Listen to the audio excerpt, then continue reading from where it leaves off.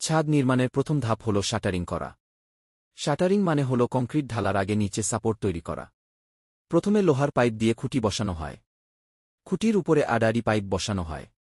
এই পাইপগুলো পুরো ছাদের ভার বহন করবে। পাইপের উপরে এখন প্লেন শিট বসানো হচ্ছে। প্লেন শিট হল পাতলা স্টিলের শিট। এই শিটের উপরেই কংক্রিট ঢালা হবে। প্রতিটা শিট সঠিকভাবে জোড়া দিতে হবে। কোথাও ফাঁক থাকলে কংক্রিট নিচে পড়ে যাবে। শিট বসানোর পর লেভেল চেক করা হচ্ছে।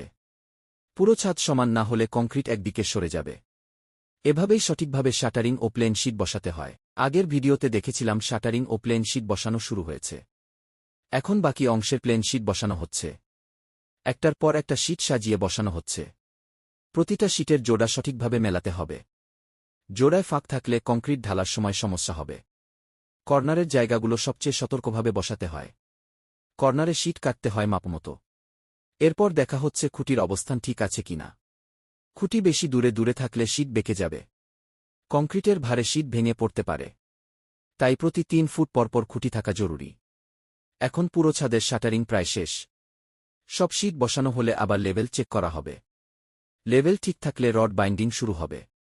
রড বাইন্ডিং শেষে কংক্রিট ঢালা হবে।